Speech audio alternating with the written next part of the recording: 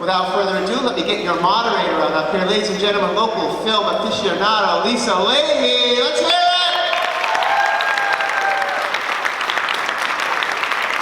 Hello, Rhode Island Comic-Con. Glad to see you. You're not here to see me. Let's bring out the guest star of the hour, Kate Mulgrew.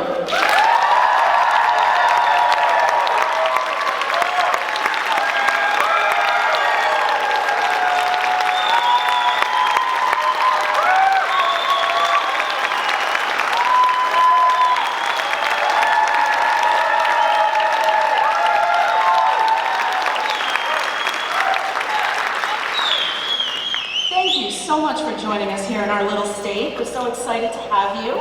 I'm delighted to be here. Wow. So much to talk about. It's a little state, but it's a gorgeous state. When was the snap? Last week? Because the colors were beautiful this morning. Yeah, it's about a week and a half or so, 2 weeks. Oh, God, the wind in the fall. Right? Breathtaking. Anyway, questions, personal questions. All right. So I'm going to get us warmed up a bit, but there are 2 microphones in the center here, so if you want to I like to take questions, ladies and gentlemen. Yes, so we know you have them. Hit me with them. We know you have them. All right, so thinking about how passionate you were about acting right from the beginning, just as a child.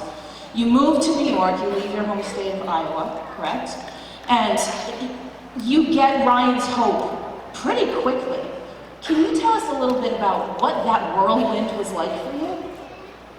You know, when you're very young and very ambitious and very hungry, and you really believe that the world will be your oyster if only you can find it. I was ready. I was young. I look back now and I think maybe I was a bit too young, but I was ready for it, and it was a terrific stroke of luck that it was Ryan's Hope, written by the wonderful, incomparable Claire Levine, who became my great friend, and she died 3 years ago, leaving me quite bereft. But what a wonderful part to start with. Mary Ryan, do you know? The only heroine on daytime television to sleep with only one man. Hands up on that one, ladies. So I loved her. I loved the writing, I loved the spirit of it, the Irish Catholic element of it. And I was just full of energy, wanted to do it. It was great. So wonderful. It's so exciting to hear too that you get in there and you just jump right in, and I mean, the work is amazing. Absolutely amazing. In your body of work, you portray such strong women. But all of these characters always have this vulnerability. And it's not just a little flash over here, a little flash over there. It's part of the strength. Can you talk a little bit about how you bring yourself into these characters, how the vulnerability really plays such an important role in women's strength? Well, vulnerability is truth. And this is really my personality, as well as my character. My vulnerability has been enhanced with age. Life is quite a journey, and I've lost a lot. I've certainly found a lot. But at the age of 64, which is my current age, I would say that it's everything I can do not to weep at the wonder of it. And what I bring to my roles is, of course, who I am. The strength is what I've had to lead with in order to survive and get ahead. Do you know?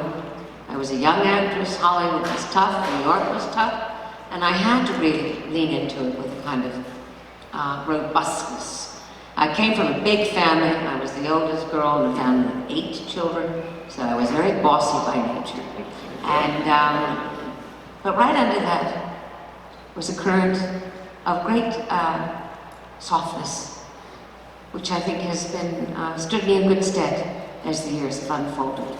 Certainly with these increasingly difficult and rich characters like Red Resnikoff.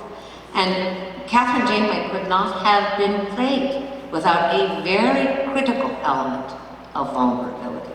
It's not just that I was a woman, lending her humanity to her command, but that I could understand the loneliness of that situation, and that I could love under such duress was the great privilege of Catherine Janeway.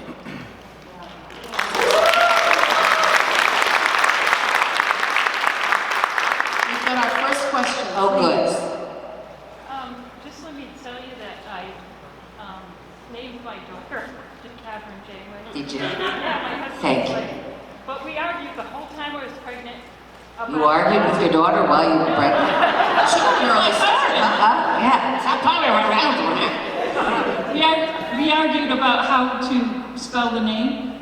Oh, how did you spell it, Leanne? Well, the way that Catherine Janeway spelled it. And I had to eat crow because I was like, I wanted it spelled Kathrine. And so he The way won I spell argument. my name. Is that how you spell your name? Kathrine. And here's what happened with Catherine Janeway, which was interesting. She was Elizabeth Janeway, up until almost the very end. But there was a writer whose name was Elizabeth Janeway. We couldn't take it. So then they deferred to me, but they didn't give me my own spelling. They did what they did, which is just as well. Anyway, what is your question? How did you,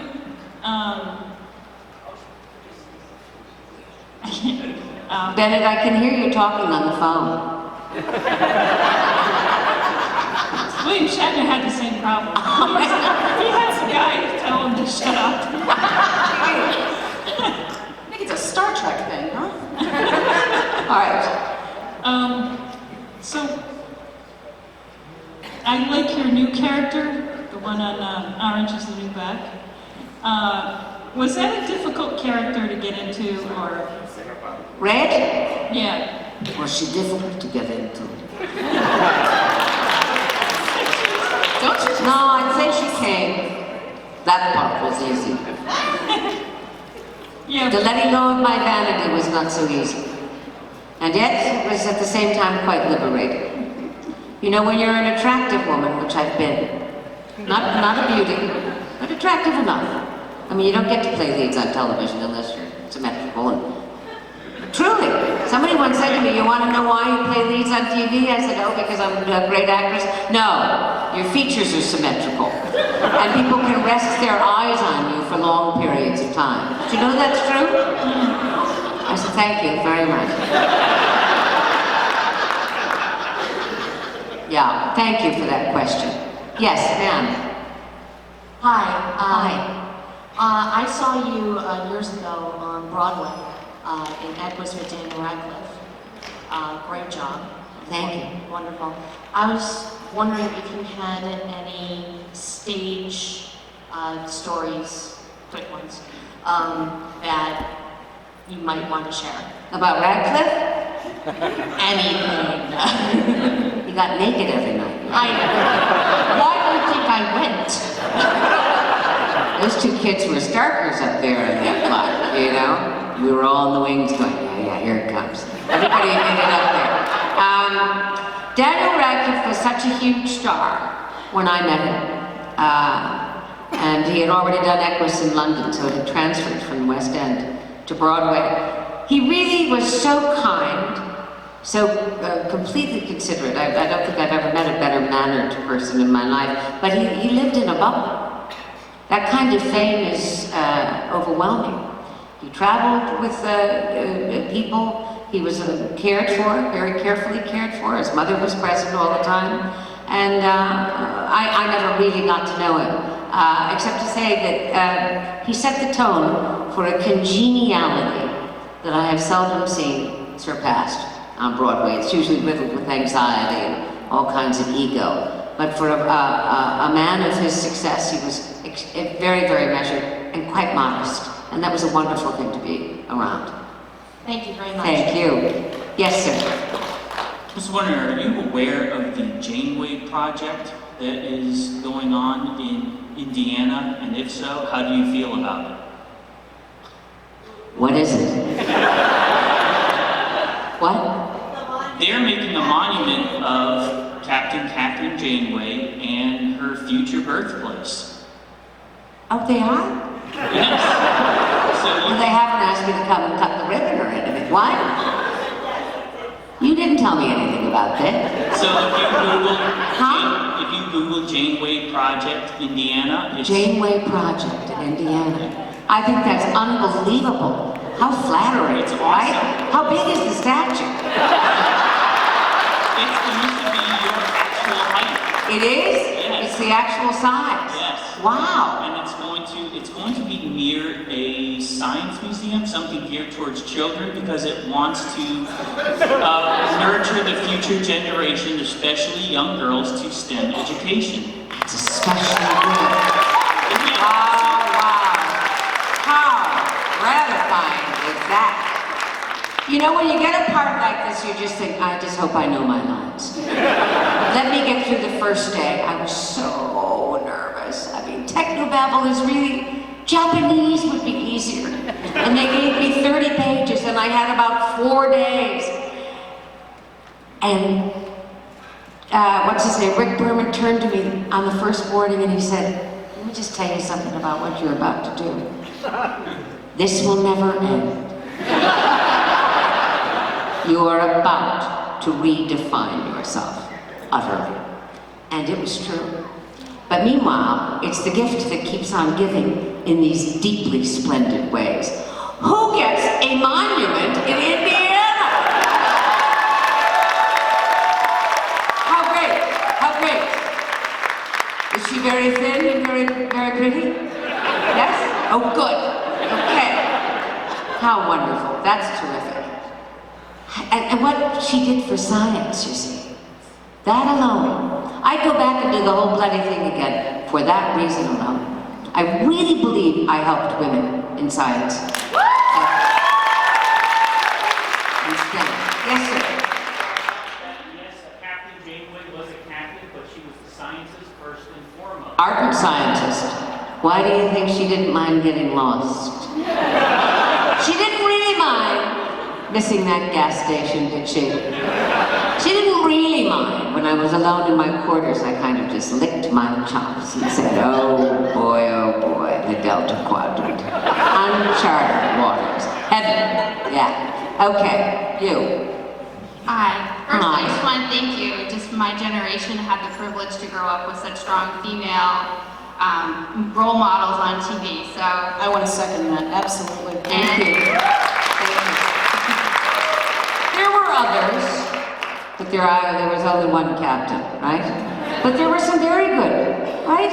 you, one of many. One of many. They don't all have monuments being built for them. No, there is that. What's your question? You had a privilege to have a really good, strong role in more than one show, and I just wanted to ask the difference in Star Trek, where it was a network broadcast show, versus Orange is the New Black, where you're Netflix, the streaming, as an actor, was the process different? Yeah, new pony. New race altogether. And I knew it. And I wanted to get on that horse, let me tell you. I knew that Orange is the New Black was changing the face of television for all time. And I truly was in the advent of the golden age of television. Star Trek Voyager was UPN, Paramount. I mean, it was all very, very exciting and edgy. But I knew that what Netflix was doing was unprecedented, and that it would indeed change everything forever. And as you can see, it has, right? But I was in that first position, and that too was a brilliant stroke of luck to get that part in the first one out of the gate. Orange is the New Black was the first contractually signed series, neck and neck with House of Cards, but arguably considerably better. Thank you. Here's my friend Marina. I'm going to take your question. Please. No, you go. Sorry about that. That's all right. No, we will. But she's my friend. Go on. Alma Lane, you weren't kidding when you said that this is a role that you've never played something like this before. This is Alma Lane, the character from Mr. Mercedes again. She's talking about Mr. Mercedes. Now, to kind of tack on to somebody else's question as far as how do you get into your characters. Now, this is something that's someone who's equally terrible and terrifying. You've never played a role like this before. She's an awful, awful person, and yet it's so much deliciously fun to... She's a psychopath. Completely. She's a pedophile. How did And she's an nymphomaniac. Absolute heaven to All of play. that. And it's happened to see because you're magnificent in that role. How did you prepare for that? Did you ever get a moment where, I can't believe I'm playing this? I didn't think about it too much, Marina. Because if you start to think about that, I mean, I was killing people with a buzzsaw. I was in bed with a little kid. Well, not a little kid, he was 32, hardly a little kid, you know, younger. I was doing all kinds of wild. So it never happened when you were playing and I can't believe I'm doing this. What? You were like, would you get the moment like that? Like, No, I had a showrunner by the name of Jack Bender. When I say showrunner, ladies and gentlemen, that's the person who is the producer, the writer, the director, runs the whole thing. He's on deck all the time. He's the boss. We had such chemistry. I was a puppet in his hands. I would have done anything, and she just came. She came. He wove her, out she came, and I loved it. It was a very good way to let go of Red. Yeah. Can you understand that? It had to be almost in violent contrast. It is. 7 years is a long time to hold on to a character, to form a character, to deepen a character. So I just, with complete abandon, went into Alma Red. I haven't seen it. Has anybody seen it? Yeah. It's Only you've seen it. That's good. Watch it, it's brilliant. There are 2 more episodes to go, and I can't wait to see how it ends. Thank you. You're a good one. Thank you. Yes, Erin. Hi. So I'll be coming to see Marie Curie in a couple weeks. And I was just wondering if you could talk about that project and also what draws you to specific roles like that in general. I don't know why I'm doing this play. It's such a good play. It's such a good story. You know, Marie Curie, after her husband Pierre died, had a love affair with a married man, Paul Langevin, wonderful French scientist. He was married. He had about 7 children, and they embarked on this torrid love affair. And at that time, she met another great scientist by the name of Hertha Ayrton, British, electromechanical engineer. And they forged one of the great friendships of all time. Very unlikely that Marie Curie and Hertha Ayrton would become such great and fast friends. But they did, and it is the story and examination of that friendship at a time when Madame Curie was sorely tested and Hertha Ayrton had been left alone. Her husband had died. And I was a major suffragist. It's everything I love. So I thought, if you're going to do another play, let's make it an ode to the greatness of women. And science, that's pretty good. So I'm doing that. Why are you not feeling, or like, why do you not know why you're doing it? What am I what? You said you don't know why you're doing this play. Well, because it's hard.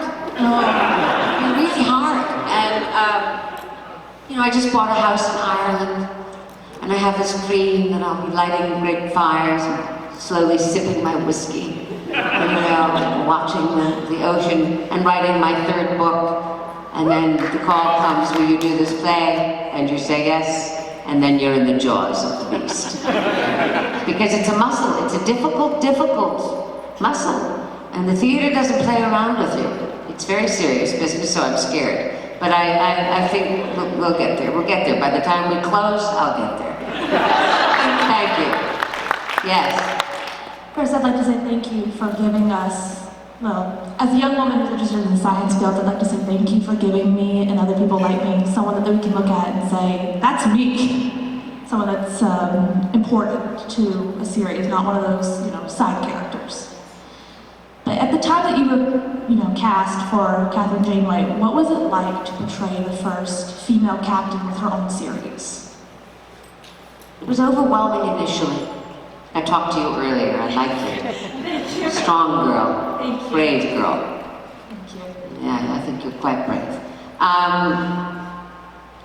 You know, I didn't get the offer went to Geneviève Bujold, the great French-Canadian actress, first. And she lasted 1 day. And at the end of the day, she called, the producers into the motorhome, and she said, "Oh mon Dieu, this is absurd. I can't do this 18 hours a day. You're out of your mind. I'm French. I have a son. I have bread in the oven. I have to go home." And she quit.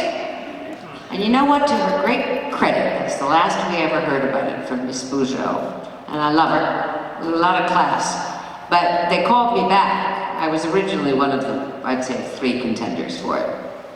And then they called me back. And I got the part.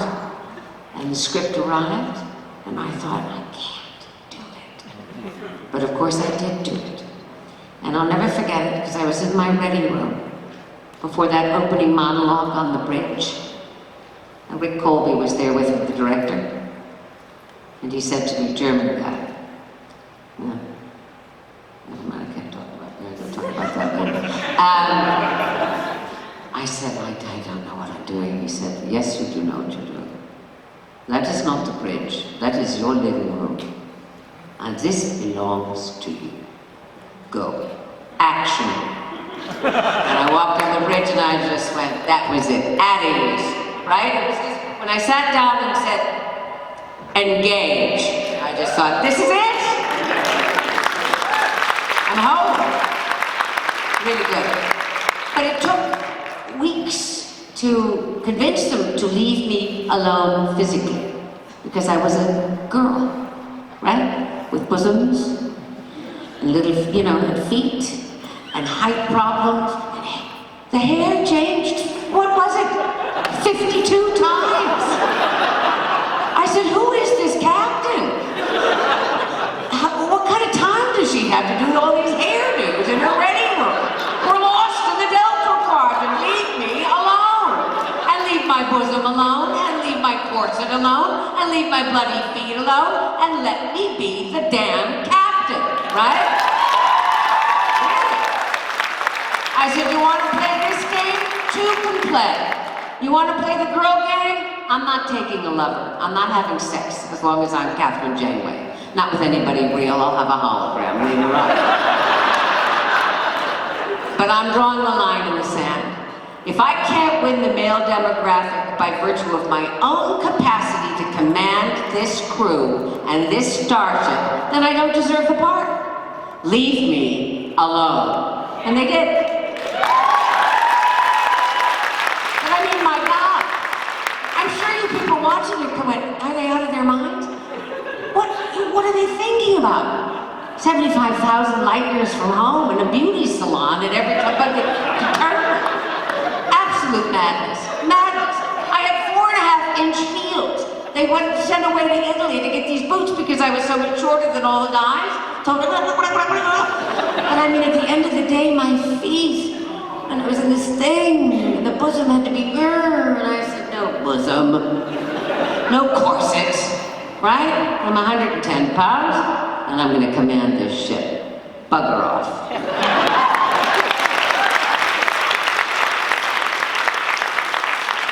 Thank you. I thank you, and I wish you the very best. I think you're gonna have an interesting life. Thank you so much. Yeah, she's a good girl. Yes, darling. I saw you today too, right? Yes. Yeah. I just wanted to say that you're a huge inspiration to me, and I want to do science when I grow up. Do you? What kind of science? Astronomy. Astronomy? Yeah. As in, what's your sign and what's your chart? No, advanced astronomy, right? Good girl. Go for it. I was wondering what your favorite moment from Voyager was. That's an impossible question to answer. Do you know that? I love it when people say, what was your favorite scene? 7 seasons, right? You know how many scenes? Know how many times I got on and off those turbo lifts? That was one of my favorite scenes. For sheer laughter, when I had all those baby lizards with Mr. Paris. We could not stop laughing. I said, take your hands off me, you beastly lizard. I mean, some of these plots were pretty insane, right? I said, could you explain that to me again, please? I'm stuck in the turbo lift with Mr. Paris. And then I have lots of lizards. Okay, this is insanity. But it was good for absolute hysteria, which is what happened. All my stuff with John Delancey, forget about it. Forget about it. In the bathtub, adios.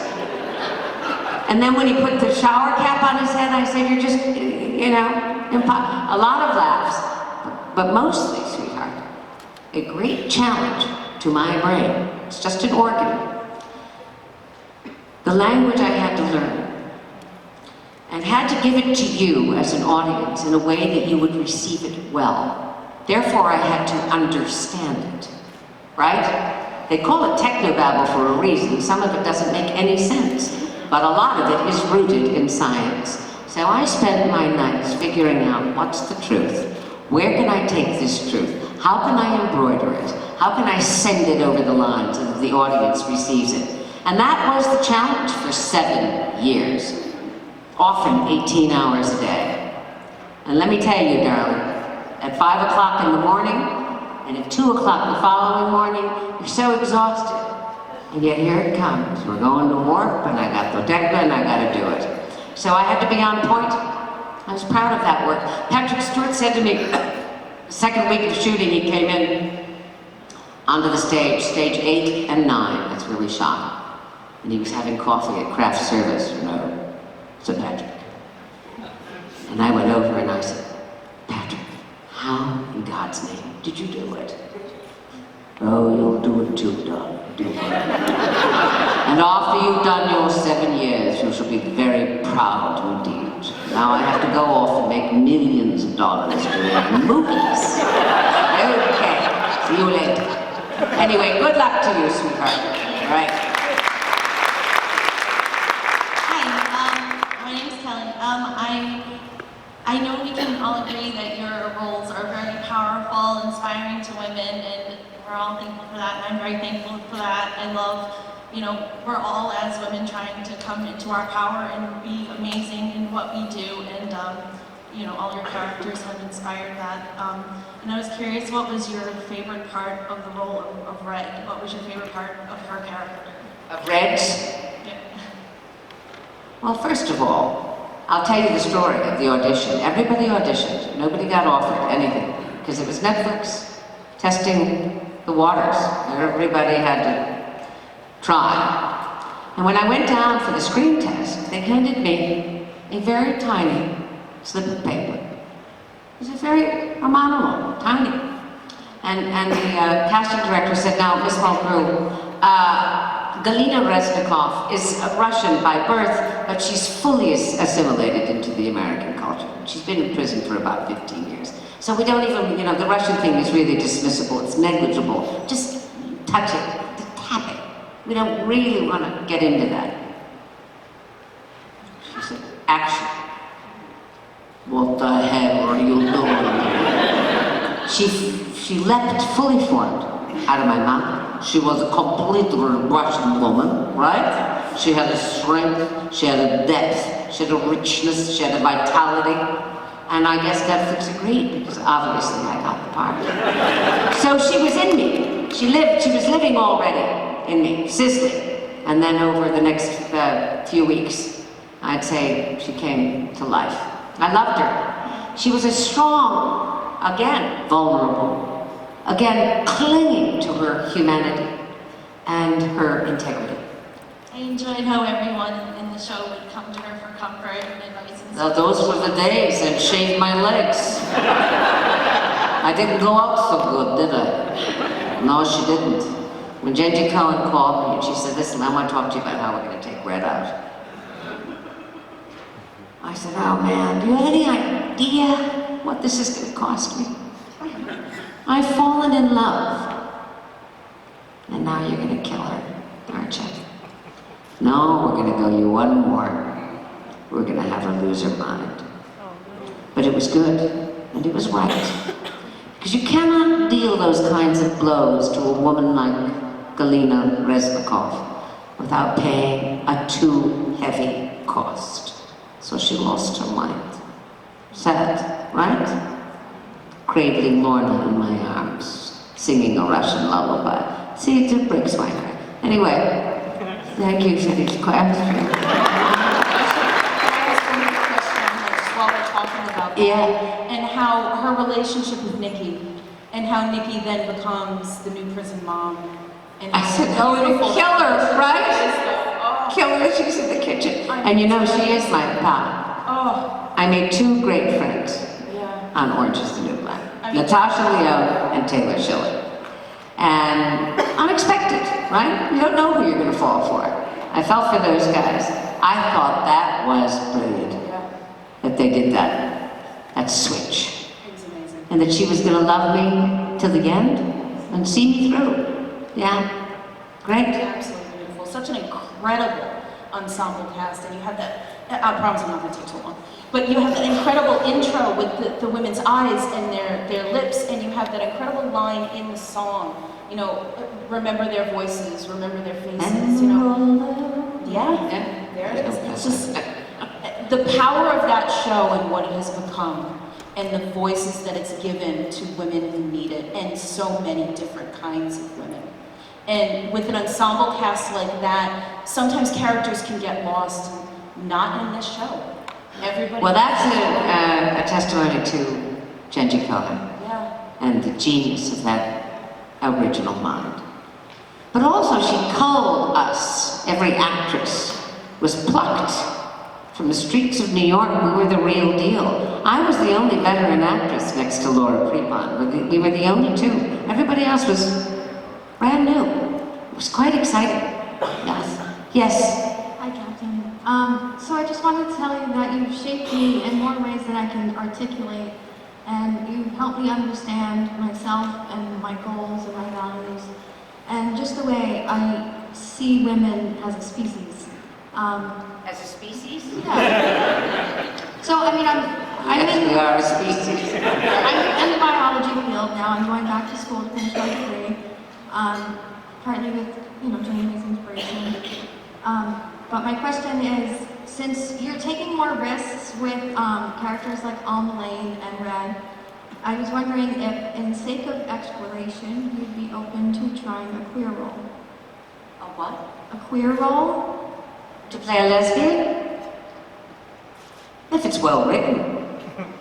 Yeah, I don't have any. Yeah. Are you kidding? I played Alma Lane. Do you think I have any fear about that? Nobody's ever offered it to me, though. They will, won't they? Huh? They will. There's a whole following. There's even like, are you follow Jane Made to Hell on Facebook? There's like a bunch of us that.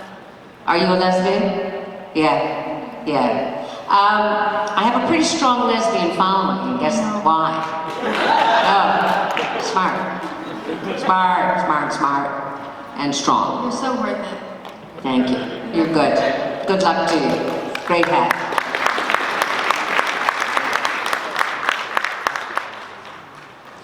The world is so fascinating. I love it. Yeah. Hi, my name's Richard, and I'd like to, I'm not sure if I'm going to say this right way, thank you for taking us away from reality for an hour a day here and there. That was greatly appreciated. Something new, different type of show, that was great at that particular time.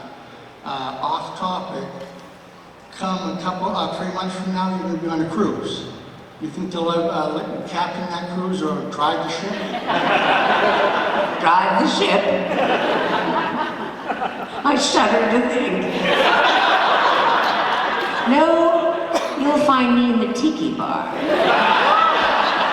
I expect to have great fun on that cruise. Are you going? I'm going. How many in this room are going? Not many. Yes, we're going on a cruise for months. It's sold out. Should be fun. I don't know. It was hard to get tickets. Was it? Change your t-shirt, things might look up. Thank you. Thank you. All right, sir. Before I ask my question, I just want to say that I've loved you as an actress since as long as I can remember. You have been one of the best actors, actresses I have ever seen on the screen, any kind of screen. And I just, What a lovely sorry. thing to say, thank you. Anyway, Keep talking. I'll keep talking for you. You want to take it back to Ireland? You know. But anyway, I just wanted to ask if there was a specific scene in anything that you filmed that, if you had the chance to film it again, you'd say no because it was difficult to film for some reason. No. No? You know, I don't do nudity. Never have, never will. Even though Amelie is making love, you only see the little leg. I don't do nudity, so I don't have that regret. I've never done certain other things of a clinical nature. I've never performed an abortion as a doctor on TV, and I've never had an abortion. It's just not a philosophical thing, it is a matter of fact. So, in my playing, I don't have any great regrets. If I have any, it would be that I didn't do it well enough. I'd go back and redo some of Janeway's more important scenes. I certainly would. I'd find a way. You know, I was raising 2 little boys at that time. I was tired a lot. And you have to have energy to do that well. So maybe I'd go back and revisit that. But no, it's all part of being challenged. It's all part of testing yourself and your mettle under fire. So no, in any way, regrets? No, can't have regrets. That makes sense. Life's just too short. Thank you. Yes, ma'am. So, obviously, one of the biggest things that a lot of your fans admire about you and the career that you've had is that you portray so many powerful, inspiring women. Was there ever a time in their life where maybe you didn't have that voice that you have now, or that confidence that you portrayed in so many of your characters, and how did you overcome that feeling and find that voice? I don't think we're supposed to always overcome it. I've been in hell. I've been in despair. Life's kicked me nicely a couple of times. And then you just have to live it.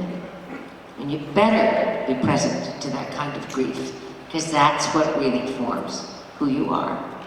So no, I wouldn't say, my definition of strength is not overcoming weakness. My definition of strength is living in the present. We all have to understand that this is going to be hard. And that the only way to really do it well is to do it totally. And if you do it totally, you're going to pay a price. And that's just the way it is. Okay? I think women have some idea that they have to lean into strength or something. I don't buy all that. I don't. I think the best kind of women are the most real. And they go through those valleys, and they take them, and sometimes they fall down. Often. It's ugly. Hurts. And then stay down there. Let the world see what that is like. This image I'm afraid of right now, where everybody's going, I am a woman! Are you? Then be a woman. Be. Right? I think we're very, very, very anxious now, at this period of history, to be a label of what women should be, rather than what women are, which is pretty bloody strong anyway, isn't it? Thank you. Yes, sir. Good afternoon, Mr. Brew. How are you? Good afternoon. Okay, I don't know if I can speak for any of the other men in this room, but I just wanted to thank you for helping me give my daughter the ability to say, okay, well, what is a strong, good woman supposed to be? And basically all I had to do is turn on the TV, you know? And I don't, with all due respect to Mr. Shatner, you were the best star from the cabinet, and Thank you. Somebody go get Bill Shatner right away. That's okay, I'll tell him, I don't care. But, thank you. How great. And also, and I know I don't have much time up here, but no matter what, you're still a cutie, so that's done. Thank you for that. Okay, but my question is there anything that, if you can remember, any particular episode from Star Trek that you would consider to be inspiring for women? My daughter and I have our favorite, but I was just wondering what yours might be. For women, Yes. well, it's all inspiring for women because the captain was a woman, right? So that's quite enough. I actually liked when they took Janeway in crooked ways, unexpected ways. They took me down a lonely road. What season was that? 5, maybe? The examination of loneliness in command, I thought was terrific. I begged them to go further, but they wouldn't go too much deeper because Janeway's loneliness was acute. Her boyfriend had left her, her dog had died, she wasn't going to have it on with Chakotay. Her idea of fun was going on a little, spin with Leonardo da Vinci of her own devising. I think it's that I could command with such joy and such vigor, and then close the door to my private quarters and be so poignantly lonely. It was a marvelous juxtaposition for this very layered and textured character. So I think I hope I set an example of humanity above all else. I hope I did. Did I? Yes, you did. I didn't, yeah, that was the whole thing. I actually wanted to let you know what that episode was that my daughter, the first time I saw it to her, she was 7. It was 2 weeks. And it was one of the best episodes in the entire Star Trek franchise. And because, yes, because my daughter was like, well, will she do the right thing? And I said, I don't know. I'm not sure if she would. And the right thing is that you sacrifice one life to save 2. And that's, and your original life. Well, that's fascinating that it would be Tuvix. That was an interesting actor, that guy. In that same vein, the episode I remember is Death Wish, where Janeway has to struggle philosophically with the right to suicide, as opposed to the continuum, eternity. Very, very fascinating dilemma for this woman of great principle, right? I like life, you might too, give it a chance. But the more she listened to his plea, eternal life, to come to that decision that Janeway did, which was extremely difficult for her and deeply discerning, was terrific to play. And you know what else I loved? Just for sheer fun? Oh, I did have a little romance, although you didn't really know. It was a little sleight of hand. Counterpoint. Oh, yes! And it's a man and he's clapping alone. I had a good flirtation with that guy, but did I? No. See? Because you're the captain. Arachnia. I wasn't. She was good. That was fun. But it was the flight, wasn't it? Does that answer your question, sir? Yes, ma'am. Thank you. Thank you. Thank you so very much. Unfortunately, our time is up here. So we thank you all for coming, and thank you for sitting with us and sharing these stories. And make sure you go get Kate's books. Her new one just came out. How to Forget is also from the team. Her new play. I mean, we're going to see a lot more. And you are a great, great audience.